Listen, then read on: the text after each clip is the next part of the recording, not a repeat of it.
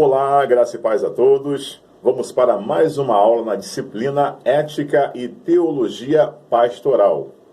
Pai, em nome do seu Filho amado Jesus Cristo, aqui eu estou para ministrar a sua poderosa palavra nessa disciplina. Que o Espírito Santo de Deus me ajude nessa ministração para que os ouvintes tenham um bom entendimento da sua palavra. Senhor, continue nos guardando e nos livrando de todo mal. Hoje e sempre. Amém. Bom, pessoal, na última aula eu parei em psicológica, onde estarei dando continuidade nessa aula de hoje. Então vamos lá. A primeira barreira a uma compreensão da responsabilidade social cristã está relacionada à atitude do leitor e do expositor. Do expositor, porque sempre está relacionada como o dono da mensagem, e seu tom exortador está repleto de uma aparente atitude de desamor. É justamente isto que se passa para o leitor, onde, com muita tendência, passa a observar que, para esta situação, ele é incapaz. Chega de tanto discurso de coisas tão distantes para nós e que, com certeza, nada mais de novidade teremos. Somente muitos pregadores, exortadores e gritadores, estamos cansados. Esse tipo de sentimento, podendo ser inconsciente, se apossa dos cristãos. Amém? Vamos estar falando um pouquinho agora sobre doutrinária. Esta tem a ver com a questão das boas obras, e parece que isto soa diferente quando se fala das obras. Na realidade, esta atitude não é exatamente uma postura ou posição, e sim uma contraposição aos então denominados inimigos da fé, que são os católicos e os espíritas. Na realidade, esta contraposição não é exatamente uma barreira doutrinária, pois de doutrinária não tem nada, muito menos base bíblica e escriturística para se opor a atitudes sociais e filantrópicos de outros segmentos religiosos, como agir frente a referências bíblicas exortativas a atitudes sociais como papel de um bom cristão.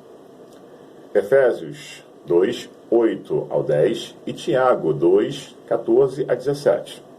Existem muitos segmentos evangélicos radicais, ou, para ser mais moderado nos termos, zelosos, que nem sabem a conotação do que é doutrina, mas conhece doutrina, que são fundamentos estereotipados nos chavões de alguns pregadores de renome ou de nome, grandes homens de Deus.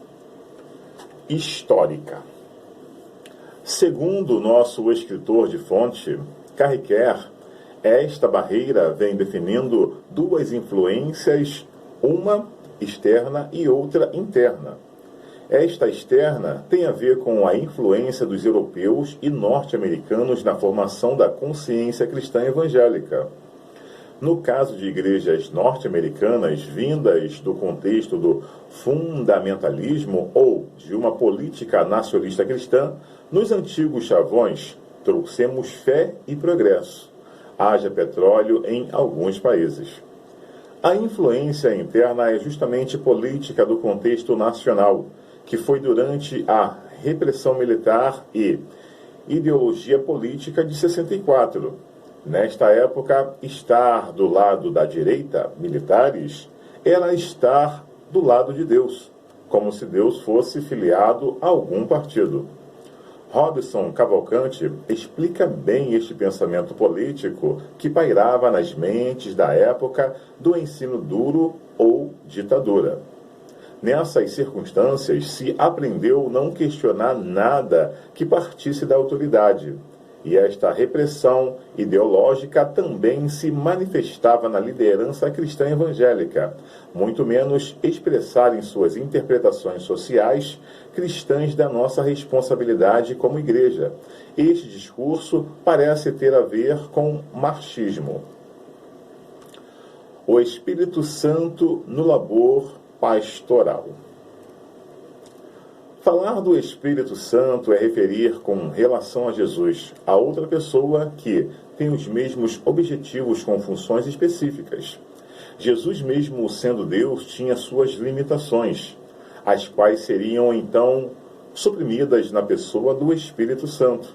A obra de Deus, Jesus, tem suas proporções universais e eternas, e as mesmas seriam levadas e anunciadas pela Igreja, que sem o auxílio divino não conseguiria as dimensões que hoje podemos constatar. A missão da Igreja nunca poderia seguir um caminho de vitória sem a ação do Espírito Santo.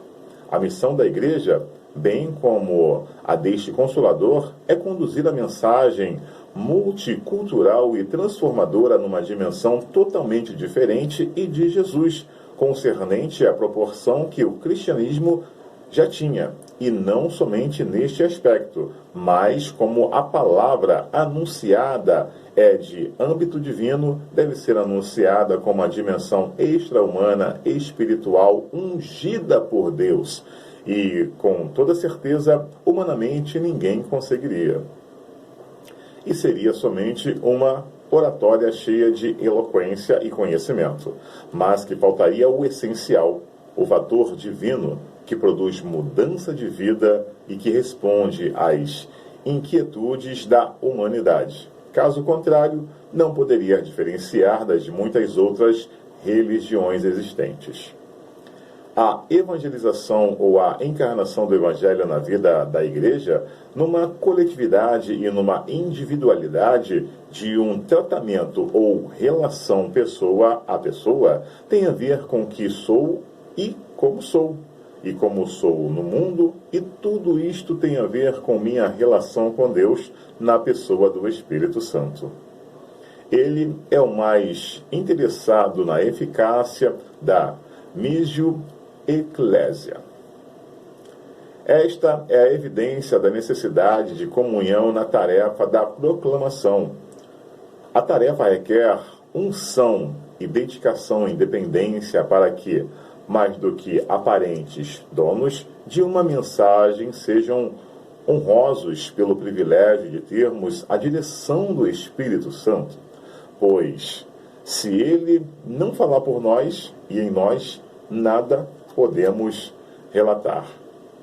Poderia relatar com amplitude muitas das outras ações, mas além de seu trabalho no convencimento da situação pecaminosa do homem e sua necessidade de Deus, que é algo impossível ao homem, as ações que são as de capacitar, confirmar, animar a Igreja, fazer a pessoa de Cristo viva e seu sacrifício, bem como o seu retorno, são realidades na vida dos homens e da Igreja.